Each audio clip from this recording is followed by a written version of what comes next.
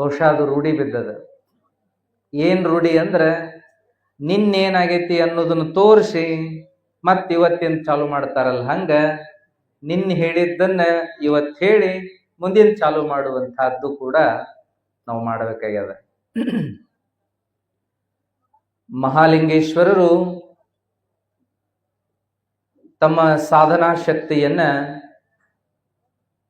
ಬಳಿಗೆ ಬಂದಂತಹ ಸದ್ಭಕ್ತರಿಗೆಲ್ಲ ಹಂಚುತ್ತಾ ಅವರವರ ಕಷ್ಟ ಸುಖಗಳಲ್ಲಿ ಭಾಗಿಯಾಗ್ತಾ ಅನೇಕ ಪವಾಡಗಳನ್ನ ಮೆರೀತಾ ಅನೇಕರಿಗೆ ಜೀವದಾನ, ಅನೇಕರಿಗೆ ನೇತ್ರದಾನ, ಅನೇಕರಿಗೇನಪ್ಪಾ ಅಂದ್ರೆ ರೋಗಗಳನ್ನ ಕಳೆದು ಮುಕ್ತರನ್ನಾಗಿ ಮಾಡುವಂತಹ ಕಾರ್ಯವನ್ನ ಮಾಡ್ತಾ ನಡೆದಿದ್ರು ಅನ್ನುವಂತಹದ್ದನ್ನ ನೋಡಕತ್ತೀವಿ. ಮಹಾತ್ಮರ ಚರಿತ್ರೆಗಳಲ್ಲಿ ನಾವು ಈ ತೆರನಾದ ಘಟನೆಗಳನ್ನ ನೋಡ್ತಾ ಬರೋದು ಸಹಜ. ಜನಸಂಘದಿಂದ ದೂರ ಇದ್ದು ಆತ್ಮ ಸಾಧನೆಯನ್ನ ಮಾಡಿಕೊಂಡ್ರೂ ಕೂಡ ಆತ್ಮ ಸಾಧನಾ ಶಕ್ತಿಯನ್ನ ಏನಪ್ಪಾ ಅಂದ್ರೆ ಅದನ್ನ ಸಮಾಜಕ್ಕಾಗಿ ಹಂಚಬೇಕು.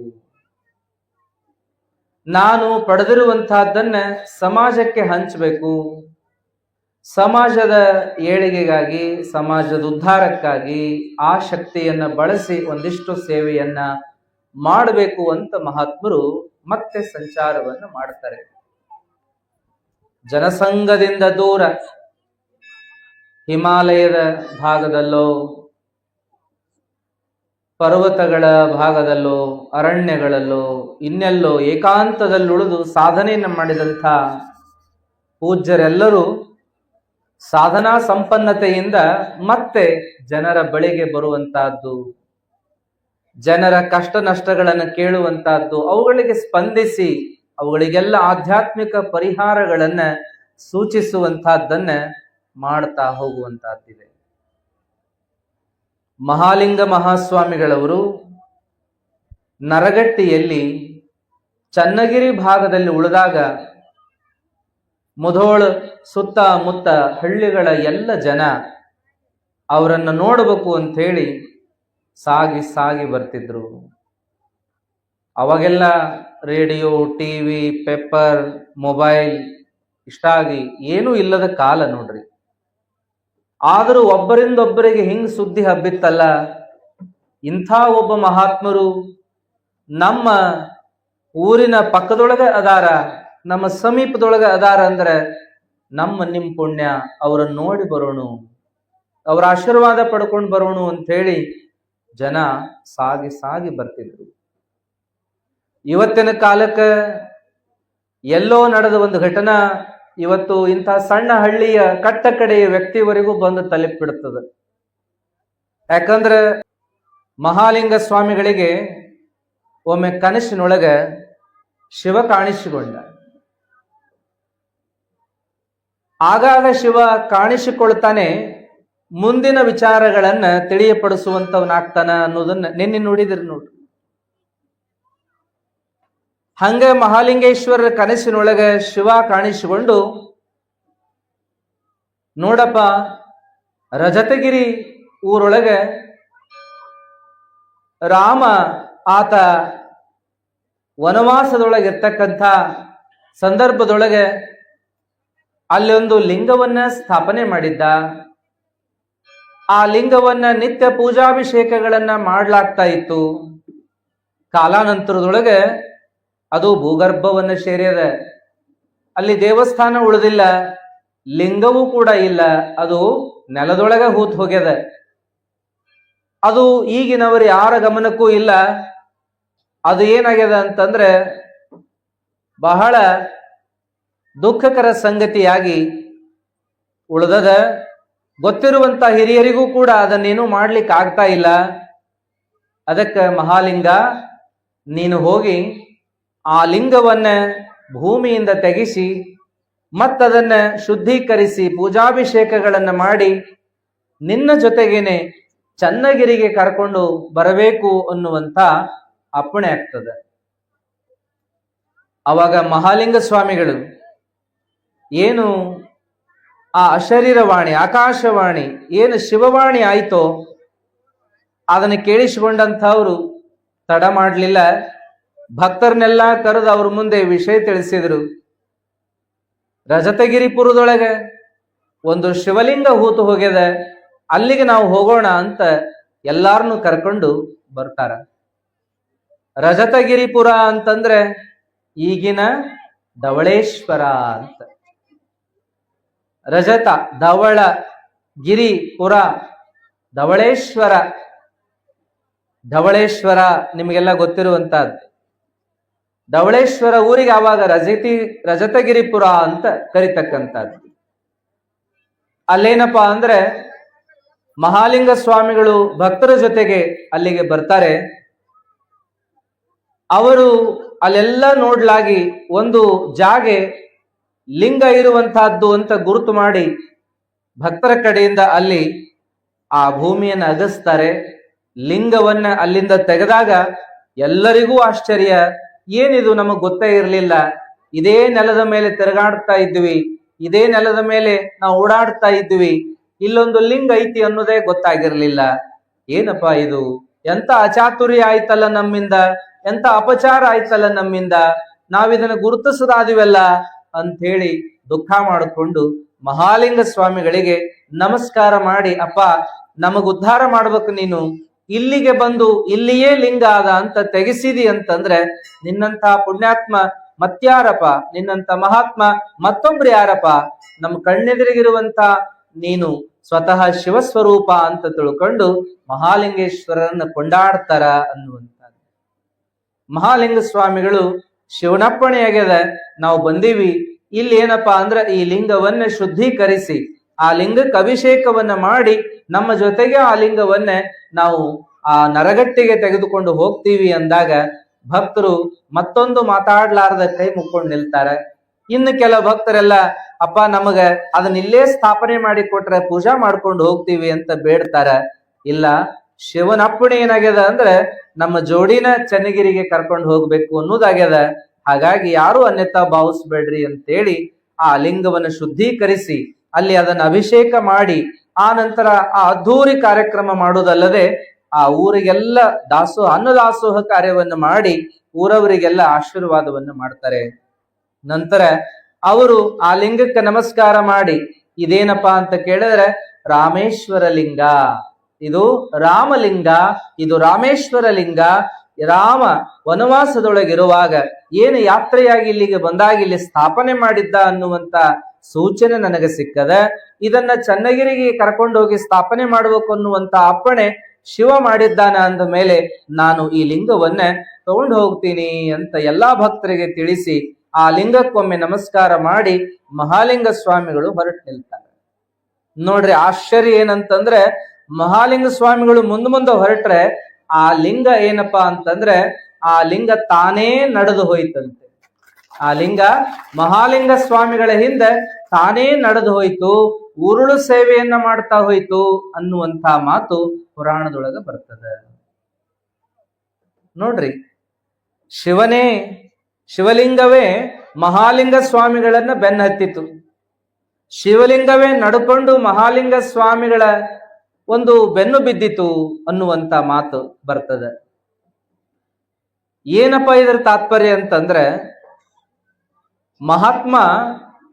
ಮಹಾತ್ಮ ಒಬ್ಬ ತನ್ನ ಶಕ್ತಿಯಿಂದ ಶಿವನನ್ನೇ ಭೂಮಿಗೆ ತರ್ತಾನೆ, ಅಲ್ಲದೆ ತಾನು ಹೇಳಿದಂತೆ ಶಿವನನ್ನ ಕೇಳುವ ಹಾಗೆ ಮಾಡ್ತಾನೆ, ಅಥವಾ ಶಿವ ಶರಣರು ಹೇಳಿದ ಹಾಗೆ ಮಹಾತ್ಮರು ಹೇಳಿದ ಹಾಗೆ ಕೇಳ್ತಾನೆ ಎನ್ನುವಂಥದ್ದು.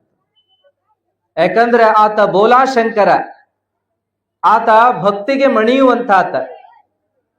ನಾವೀಗ ದಾರಿ ಒಳಗೆ ಬರುವಾಗ ನಮ್ಮ ರಾಮಕೃಷ್ಣ ದೇವರ ಜೊತೆಗೆ ಮಾತಾಡ್ತಾ ಇದ್ವಿ. ಅವಾಗ ಮಾತನಾಡುವಾಗ ಅವರೊಂದು ವಚನ ತಗೊಂಡು ಚಿಂತನೆ ಮಾಡಿದರು. ಈ ಸಂದರ್ಭಕ್ಕೆ ಅದು ಯೋಗ್ಯ ಅನಿಸ್ತು ನೋಡ್ರಿ, ನಿಮ್ ಮುಂದೆ ಹೇಳ್ಬೇಕದನ್ನ. ನಾದಪ್ರಿಯ ಶಿವನೆಂಬರು ನಾದಪ್ರಿಯ ಶಿವನಲ್ಲವಯ್ಯ, ವೇದಪ್ರಿಯ ಶಿವನೆಂಬರು ವೇದಪ್ರಿಯ ಶಿವನಲ್ಲವಯ್ಯ. ನಾದವ ಮಾಡಿದ ರಾವಣಂಗೆ ಅರೆಯಾಯುಷ್ಯವಾಯಿತು, ವೇದವನೋದಿದ ಬ್ರಹ್ಮನ ಶಿರಹೋಯಿತು. ನಾದಪ್ರಿಯನೂ ಅಲ್ಲ, ವೇದಪ್ರಿಯನೂ ಅಲ್ಲ, ಭಕ್ತಿ ಪ್ರಿಯ ನಮ್ಮ ಕೂಡಲ ಸಂಗಮ ದೇವ ಅಂತ ಹೇಳಿ. ಭಗವಂತ ಎದಕ್ಕಾಗಿ ಒಲಿತಾನೆ ಅಂದ್ರೆ, ಯಾತಕ್ಕಾಗಿ ಕರುತ್ತಾನೆ ಅಂದ್ರೆ, ಯಾತಕ್ಕಾಗಿ ಆತ ಕೃಪೆ ಮಾಡ್ತಾನೆ ಅಂದ್ರೆ ಆತ ಭಕ್ತಿಗಾಗಿ ಅನ್ನುವಂತಹದ್ದನ್ನೇ ಚಿಂತನೆ ಮಾಡ್ತಾ ಇದ್ದದ್ದು. ಆತ ನಾದಪ್ರಿಯನೂ ಹೌದು, ವೇದ ಪ್ರಿಯನೂ ಹೌದು, ಆದ್ರ ಎಲ್ಲಕ್ಕೂ ಮಿಗಿಲು ಆತ ಭಕ್ತಿ ಪ್ರಿಯ ಅನ್ನುವಂಥದ್ದು. ಆತ ಸಂಗೀತಕ್ಕೂ ಮನಸೋಲ್ತಾನೆ. ನಾದ ಬಿಂದು ಕಳೆಗೆ ಒಳಗಾಗುವವ, ಅದನ್ನೂ ಮೀರುವ ಶಕ್ತಿಯೂ ಅವನಿಗದೆ. ನಾದ ಬಿಂದು ಕಳಾತೀತನೂ ಹೌದು, ಆದ್ರೆ ನಾದ ಬಿಂದು ಕಳೆಗಳಿಗೆ ಒಳಗಾಗುವವನೂ ಹೌದು. ಆತ ಅಪರಿಮಿತ ಶಕ್ತಿ ಉಳ್ಳಾತ. ಎರಡೂ ವೈರುಧ್ಯ ಗುಣಗಳು ಅವಂಗದಾವ. ಅವ ಸಾಕಾರನೂ ಹೌದು, ನಿರಾಕಾರನೂ ಹೌದು. ಆತ ಯಾವ ರೀತಿಯಲ್ಲಾದರೂ ಕೂಡ ಎಲ್ಲವನ್ನ ಸ್ವೀಕಾರ ಮಾಡ್ತಾನೆ ಎನ್ನುವಂತಹದ್ದು ಬರ್ತದೆ. ಬಸವಣ್ಣನವರೇ ಹೇಳ್ತಾರಲ್ಲ, ಸಾಕಾರ ನಿರಾಕಾರ ಏಕೋ ದೇವ ಕೂಡಲ ಸಂಗಮ ದೇವ ಅಂತಾರೆ. ಮತ್ತೊಂದು ಕಡೆ 84 ಲಕ್ಷ ಜೀವರಾಶಿ ಒಳಗೆ ಯಾವ ಮುಖದಿಂದ ಬಂದರೂ ನಿನಗೆ ಶರಣೆಂಬುದ ಮಾಣೆ ಅಂತಾರೆ. ಅಂದ್ರೆ ಎಲ್ಲಾ ಮುಖಗಳು ನಿನ್ನುವಾದಾವು ದೇವ್ರ ಅಂತ ಅಂದಂಗೆ. ಎತ್ತೆತ್ತ ನೋಡಿದಡತ್ತತ್ತ ನೀನೇ ದೇವ, ಸಕಲ ವಿಸ್ತಾರದ ರೂಹು ನೀನೇ ದೇವ ಅಂದಾರಲ್ಲ. ಅಕ್ಕ ಮಹಾದೇವಿನೂ ಹೇಳ್ತಾರೆ, ವನವೆಲ್ಲ ನೀವೇ, ವನದೊಳಗಣ ದೇವ ತರುವೆಲ್ಲ ನೀವೇ, ವನದೊಳಗಾಡುವ ಖಗಮೃಗವೆಲ್ಲ ನೀವೇ, ಚನ್ನಮಲ್ಲಿಕಾರ್ಜುನ ಸರ್ವಭರಿತನಾಗಿ ಅನ್ನುವ ಮಾತದೆ ಅಕ್ಕ ಮಹಾದೇವಿಯವರು. ದೇವರು ಎಲ್ಲಿ ಅದಾನ, ಎಲ್ಲಿಲ್ಲ, ಎಲ್ಲಾ ಕಡೆ ಅದಾನ.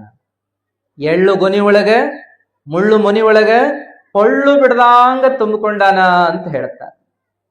ಮುಂದೆ ಮತ್ತೆ ಹೇಳ್ತಾರ, ಯತ್ರ ಜೀವ ತತ್ರ ಶಿವ, ಯತ್ರ ಜೀವ ತತ್ರ ಶಿವ.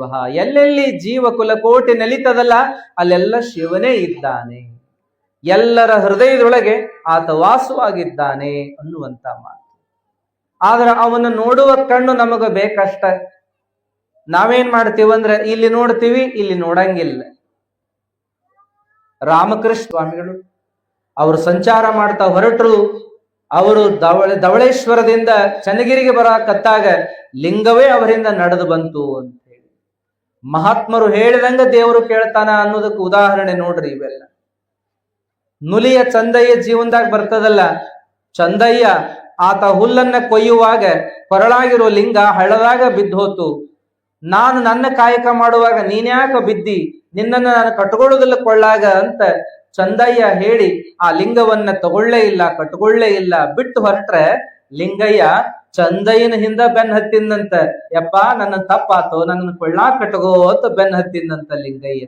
ನೋಡ್ರಿ, ಹಿಂಗ ಚನ್ನಗಿರಿ ಕ್ಷೇತ್ರಕ್ಕೆ ಬರುವಾಗ ಮಹಾಲಿಂಗರ ಹಿಂದ ಲಿಂಗಯ್ಯನೇ ಬೆನ್ ಹತ್ತಿಂದಂತ. ಚಂದಯ್ಯನ ಆ ಜೀವನದೊಳಗೆ ಬರುವಂತ ಘಟನೆಯಂತೆ ಇಲ್ಲೇನಾತು ಅಂತಂದ್ರೆ ಈ ರಾಮೇಶ್ವರ ಲಿಂಗ ಮಹಾಲಿಂಗರ ಹಿಂದೆ ಬೆನ್ನು ಹತ್ತಿ ಬಿಡ್ತು. ಅವಾಗ ನೋಡಿದವರಿಗೆಲ್ಲ ಆಶ್ಚರ್ಯ. ನಾನು ಆ ಲಿಂಗವನ್ನು ಹಿಡಿತೇನೆ, ನಾನು ಆ ಲಿಂಗವನ್ನು ಹರ್ತೇನೆ, ನಾನು ಚನ್ನಗಿರಿ ಕ್ಷೇತ್ರದವರೆಗೂ ಮುಟ್ಟಿಸ್ತೇನೆ ಅಂದ್ರೆ ಯಾರ ಕೈಗೆ ಸಿಗದಂಗ ಆ ಲಿಂಗ ಉರುಳು ಸೇವೆಯನ್ನ ಮಾಡ್ತಾ ಮಾಡ್ತಾ ಮಹಾಲಿಂಗಪುರ ಚನ್ನಗಿರಿ ಕ್ಷೇತ್ರಕ್ಕೆ ಬಂತು ಅನ್ನುವಂತ ಮಾತು ಪುರಾಣದೊಳಗೆ ಬರ್ತದೆ. ಮುಂದೆ ಮಹಾಲಿಂಗ ಸ್ವಾಮಿಗಳು ಆ ಲಿಂಗವನ್ನು ತಗೊಂಡು ಅಲ್ಲಿ ಸ್ಥಾಪನೆ ಮಾಡ್ತಾರೆ. ಚನ್ನಗಿರಿ ಒಳಗೆ ಸುಂದರವಾದ ದೇವಾಲಯ ಕಟ್ಟಿಸ್ತಾರೆ. ಇವತ್ತಿಗೂ ಕೂಡ ಏನಪ್ಪಾ ಅಂದ್ರೆ ಚನ್ನಗಿರಿಗೆ ನೀವು ಹೋದ್ರೆ ಆ ರಾಮೇಶ್ವರ ಲಿಂಗದ ದೇವಸ್ಥಾನವನ್ನು ನೋಡಬಹುದು. ಎದುರುಗಡೆನೆ ದೇವಸ್ಥಾನ ಇದೆ, ಪಕ್ಕದೊಳಗೆ ಮಹಾಲಿಂಗ ಸ್ವಾಮಿಗಳ ಮಂಟಪ ಇದೆ, ಸಾಧನೆ ಮಾಡಿರುವಂತ ಆ ಒಂದು ಕ್ಷೇತ್ರ. ಹೀಗೆ ಆ ಧವಳೇಶ್ವರದ ಪ್ರಸಂಗ ನಡೆದ ಮೇಲೆ ಈ ಸುದ್ದಿ ಮಾಲೋಜಿ ರಾಜನಿಗೆ ಮುದೋಳಕ್ಕೆ ಹೋಗಿ ಮುಡ್ತ್ರಿ.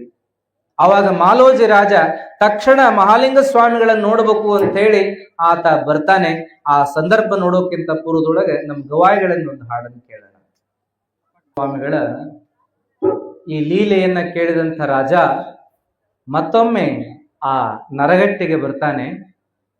ಬಂದು ದಾರಿಯುದ್ದಕ್ಕೂ ಅವರನ್ನ ಕೊಂಡಾಡ್ತಾ ಬರ್ತಾನೆ.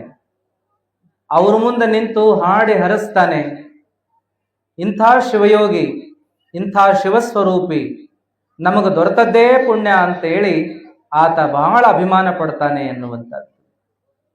ಅಭಿಮಾನ ಪಡೋದಷ್ಟೇ ಅಲ್ಲ, ಕೊಂಡಾಡುವುದಷ್ಟೇ ಅಲ್ಲ, ನಮಸ್ಕರಿಸೋದಷ್ಟೇ ಅಲ್ಲ, ಆ ನರಗಟ್ಟಿಯನ್ನು ಅವರಿಗಾಗಿ ದಾನ ಕೊಡೋದಷ್ಟೇ ಅಲ್ಲ, ಸ್ವತಃ ನಿಂತು ಕೋಟೆ ಕೊತ್ತಲಗಳನ್ನು ಕಟ್ಟಿಸಿ ಅದ್ಭುತವಾಗಿರುವಂತ ಗುಡಿ ನಿರ್ಮಾಣ ಮಾಡೋದಷ್ಟೇ ಅಲ್ಲ, ಆತ ಟೊಂಕ ಕಟ್ಟಿ ನಿಂತು ಅಲ್ಲಿ ಅನ್ನ ದಾಸೋಹ, ಆಮೇಲೆ ಬರುವಂತಹ ಭಕ್ತರಿಗೆ ವಾಸ್ತವ್ಯ ಎಲ್ಲ ವ್ಯವಸ್ಥೆಗಳನ್ನ ಮಾಡುವಂಥವನಷ್ಟೇ ಅಲ್ಲ, ಅವತ್ತು ಬಂದಾತ ಏನ್ ಮಾಡ್ತಾನಪ್ಪ ಅಂತಂದ್ರೆ, ಇನ್ನ ಮೇಲೆ ಇದು ನರಗಟ್ಟಿ ಅಲ್ಲ, ಇನ್ನ ಮೇಲೆ ಇದು ವರಗಟ್ಟಿ, ಬಂದವರಿಗೆಲ್ಲರಿಗೂ ಕೂಡ ಹರಸಿ ಆಶೀರ್ವದಿಸುವಂತ, ಬೇಡಿದೆಲ್ಲ ವರಗಳನ್ನ ಇಷ್ಟಾರ್ಥಗಳನ್ನ ಈಡೇರಿಸಿಕೊಡುವಂತ ಒಂದು ಈ ಕ್ಷೇತ್ರ, ಇದು ವರಗಟ್ಟಿ ಕ್ಷೇತ್ರ. ವರಗಟ್ಟಿ ಕ್ಷೇತ್ರ ಅಂದರೂ ಕೂಡ ಕಡಿಮೆ ಆದೀತು, ಇದು ಇನ್ನು ಮೇಲೆ ಮಹಾಲಿಂಗಪುರವಾಗಿ ಅದು ಆ ವಿಧಾನವನ್ನು ಪಡೀಲಿ. ಆ ಊರಿನ ಹೆಸರನ್ನ ಮಹಾಲಿಂಗಪುರ ಅಂತಲೇ ಘೋಷಣೆ ಮಾಡ್ತಾನೆ ಎನ್ನುವಂತ. ಆ ಶಿವಯೋಗಿ ಹೆಸರಿನ ಮೇಲೆ ಆ ಊರು ಏನಪ್ಪಾ ಅಂದ್ರೆ ಮಹಾಲಿಂಗಪುರವಾಯಿತು ಅನ್ನುವಂಥದ್ದು. ನಂತರದೊಳಗೆ